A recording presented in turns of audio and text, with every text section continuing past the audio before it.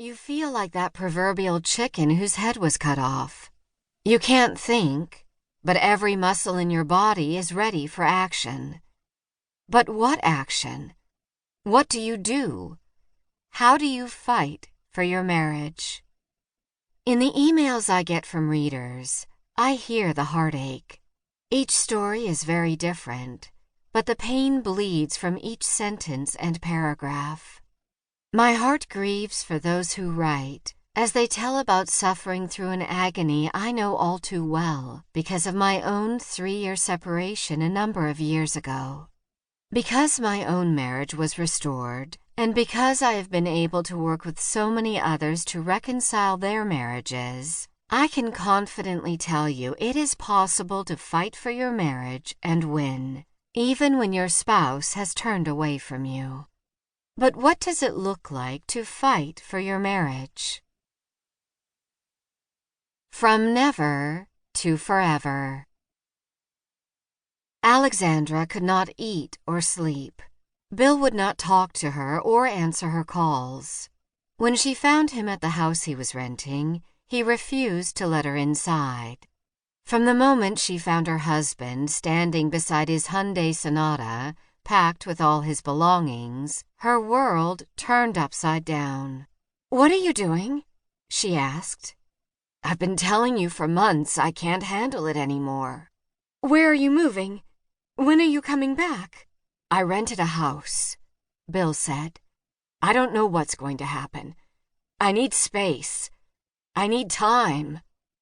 During that first month after he left, all Alexandra could do was cry. She lost 20 pounds. When they eventually went to counseling, Bill told her week after week he did not see them getting back together, ever. He agreed to keep things as normal as possible for the kids and reluctantly spent the holidays with her and occasionally went on outings as a family. Bill was adamant, however, that this was only for the children. They were not getting back together. Grasping for something to relieve her pain, Alexandra decided to go to church, even though her past experiences had not been particularly pleasant or meaningful. This new church seemed different, though. From the first moment she stepped inside, she felt at home. She felt God's presence and a new peace. As a result, Alexandra started seeking God with all her heart. She found a prayer partner who continually lifted her up to God. She attended a class at the church called Marriage 911, where she saw God leading her to make changes in herself. She earnestly asked God to show her what she needed to do. Even as Alexandra began to change, however, Bill regularly dashed her hopes by saying there would be no reconciliation. Still, Alexandra pressed on with God and clung to hope. Whenever she engaged in conversations with her husband, she sought God's guidance. Alexandra stopped pushing and began to show Bill a new respect that reflected a fresh understanding of his needs as a man and as her husband. When they had arguments, she realized pressing her point until she could prove she was right was not productive. Instead, she stepped back and put everything in the hands of her Savior.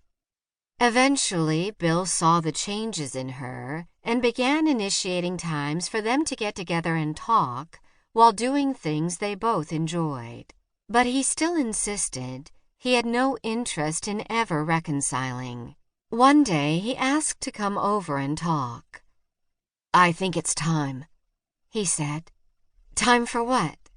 What do you mean it's time?" "I don't see us getting back together. I think it's time to file.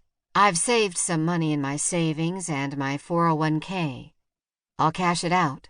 Half of it is yours. I'll do what I can to help you. But it's time to file for divorce. This isn't going to work out." Although stunned, Alexandra remained calm. "If that's what you want, I cannot stop you.